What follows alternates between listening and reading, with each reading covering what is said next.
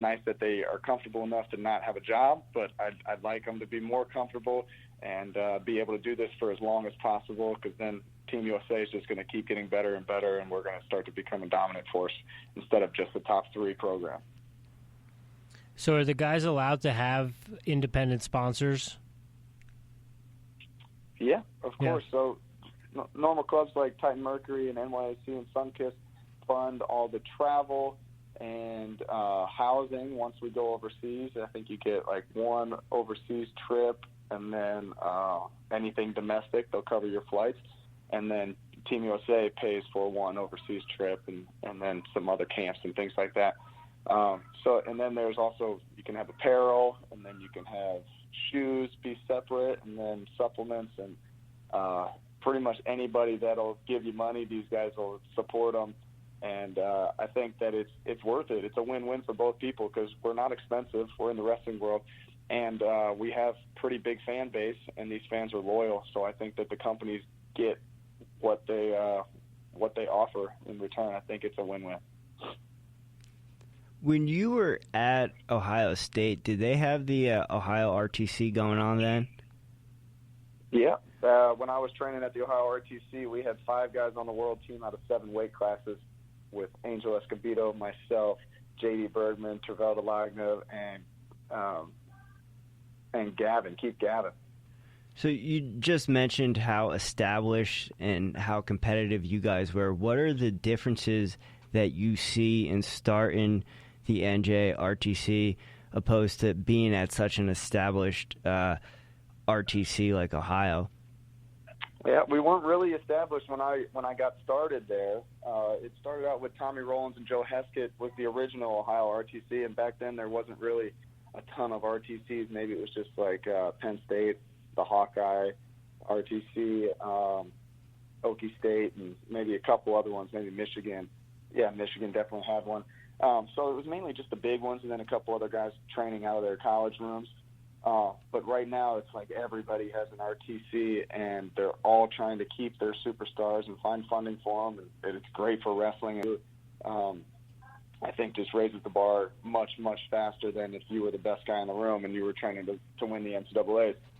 But, yeah, I just think that we do it a little different, as we are freestyle all year. We don't really go into the college practice at Princeton or Rutgers. We do freestyle all year, and if we want to bring in a guy like Soriano or a Matt Kolodzik or Pat Brucki, these guys come into my practice, and then they wrestle our guys freestyle.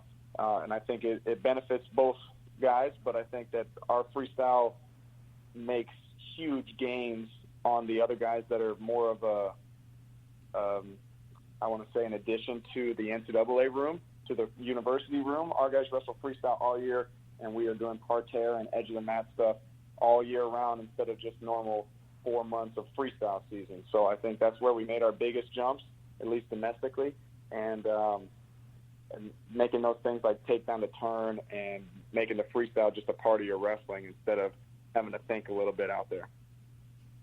So do you get guys like Soriano or Ashnault when he was still in school, or Kolodzik? Are they coming in to do freestyle in the middle of college season? Yeah, not as often as I would like, and I thought that, but it's hard to take guys out of the room, you know. So there was a lot of times where it was just maybe 3 or 4 of us in my practice, and we would just focus on technique and focus on freestyle. And then Nate would even do my practice and then go to the Princeton practice to coach. So he was kind of doing back-to-back, doubling up all the time. But Soriano I saw a lot during the season, at least the beginning of the season. And once it gets down to the nitty-gritty, coming into the Big Tens and Nationals, it gets a little bit more difficult. And the college coaches need those guys in the room. But they were definitely in there a good amount during the season.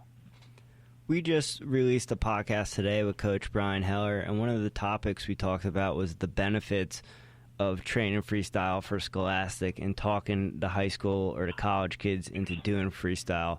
What do you, as a former competitor, now coach, see the benefits of freestyle for someone who's still actively doing Scholastic? Yeah, so if you're wrestling folk style, the folk style season is only 3 months in high school and 4 or 5 months in college, maybe 6 months. at least not. And then the competitive part is going to be even less than that. So it's so many more matches. It's a whole extra season that you're getting in when you wrestle freestyle. And I think that's just one. You're going to get an extra 50 matches if you wrestle all the tournaments and go to the biggest national events. You're going to see better competition in freestyle. And then it also teaches you positional awareness and things that you can't get away with in freestyle that you can in folk style. Keeping your head up, you don't get crotch locked and chest locked. But in folk style, you can get away with it a little bit, letting your hips come up and bringing your head down and create a scramble. And I think that freestyle is a must. I would wrestle freestyle and Greco and get used to being uncomfortable and getting used to different positions that freestyle provides. And then fixing techniques that need to be fixed in both freestyle and folk style. And then it also just changes the season from 4 months to 12 months. And it's an all year round thing if you really want to be the best in today's era where all these kids are starting at a young age and going hard from the very beginning. I think it needs to be a 12-month thing, and freestyle and Greco provide that. Talking about young kids getting an early start, give us a little bit about your background. Jimmy and I both know your upbringing and the kind of the household that you grew up with. Your dad is very well known. He was a high-level competitor, but he was also a high-level coach. How much of that, I mean, were you one of those guys that was on the mat at 3 years old and kind of following around through the circuit and stuff like that? I mean, what was it like growing up for you?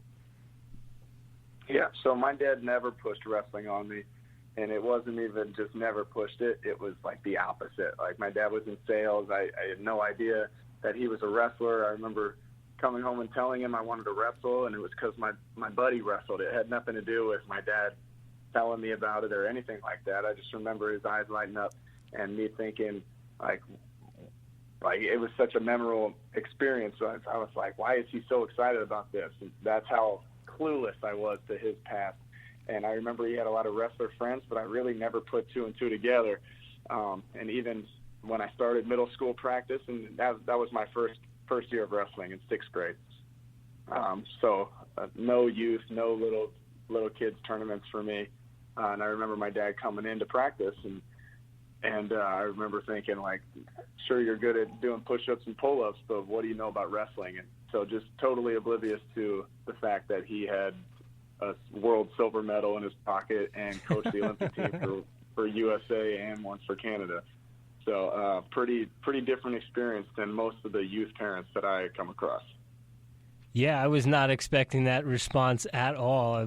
Jimmy and I are sitting here looking at each other, kind of smiling. But that's a beautiful thing to hear because we've always growing up in New Jersey, and I think nowadays it doesn't matter what sport it is or pageants or whatever. Like there's just crazy parents out there that live vicariously through their kids, regardless of the sport or whatever. But we had always wanted to just follow around specific parents at the New Jersey State tournament and just get sound bites and clips of people losing their minds and stuff. So to hear that you had no idea of any of that, at what point into that first year of 6th grade of wrestling did you see the medal? Did you get the background? Did you get all the information? You're like, holy cow.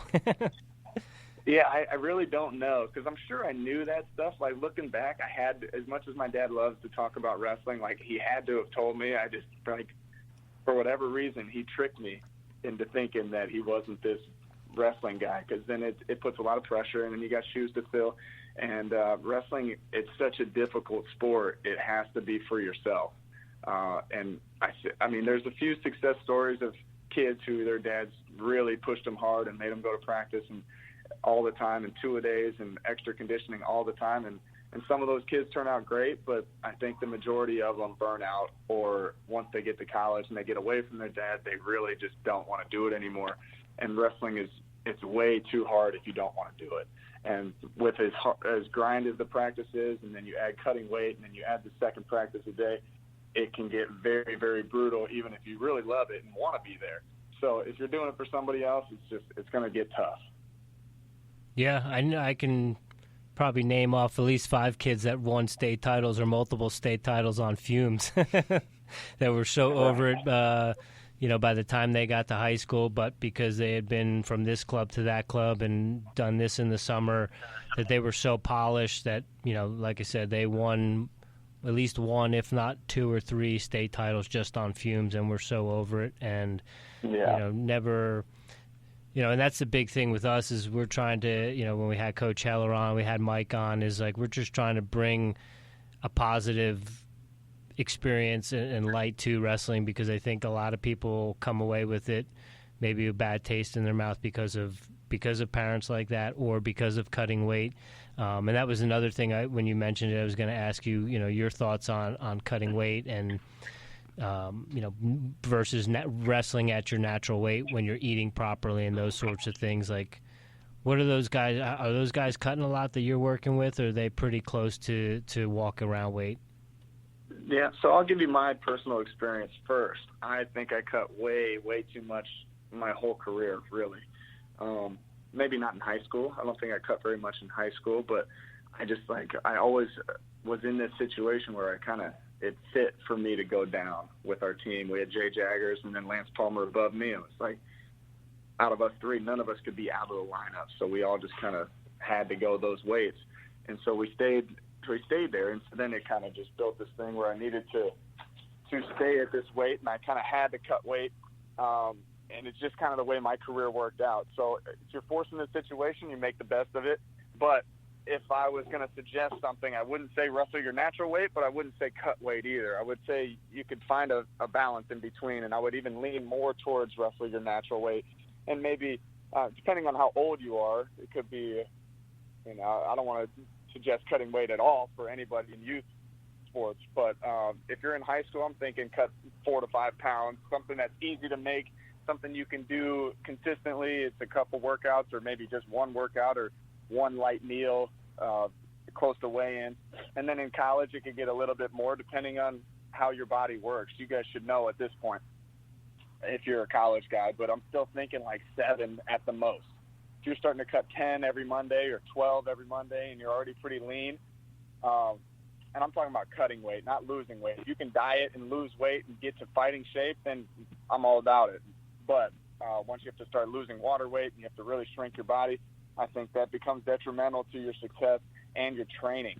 If you can't train hard throughout the whole season, you are not going to get better, and you're probably going to get worse. You don't really stay the same. And I've gone through that. And then I went to freestyle, and I had night before weigh-ins, and I competed once every 8 weeks so I could really train hard, and then I could cut a lot of weight. And I cut a lot of weight, and I performed well. But I still think that I would have been better if I stayed up and really fought through that battle of trying to jump up a weight class and taking my time and taking some lumps up at the weight above me. But that's hearsay, so I'll go into my guys. My NJRTC guys are not cutting a lot of weight. Downey walks around. He probably touches weight every single day. Graff makes weight after he has to work pretty hard to make weight, but he makes weight, or probably comes down to 2 kilos when he's really training hard and he's really staying focused. So our 2 best guys, 2 guys on the world team, are consistently touching down to weight or close to it. And I think that it helps their training. And when they get out there on competition day, they feel like it's just another day, and they can really focus on the techniques and the positioning and strategy instead of really wondering if their legs are going to get tired. Now, with the day before weigh-ins, are those guys allowed to use IVs and whatnot to rehydrate? Day before weigh-ins, I don't know if it was legal or not, but I know a lot of guys that did it. I did it once, and I felt huge and slow and sluggish, so I really didn't like it. But night before, you have enough time to put in. You could get 20 pounds if you wanted to. I would be like 14 or 15 over an hour or 2 later after weigh-ins because I didn't have to worry about competing.